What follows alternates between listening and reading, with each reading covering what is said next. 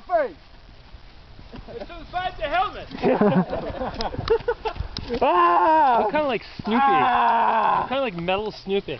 So how do you kill a guy in armor? Shoot him with a crossbow. Because look, guys, step back a little bit so I can hit him. Lots.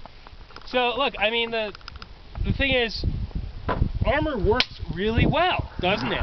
Does that hurt?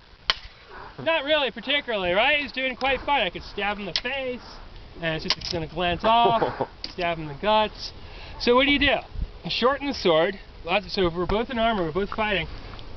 Bayonet, right? Especially when at the vulnerable points here at the shoulder, in the armpit, where the saddle irons would protect him. You could also use what Germans call a Mortschlag, which you take it like this, hammer blow. I'm not going to do that because I like my helmet and don't want to break it. And that works. Or kill the guy inside. Or if one has a dagger.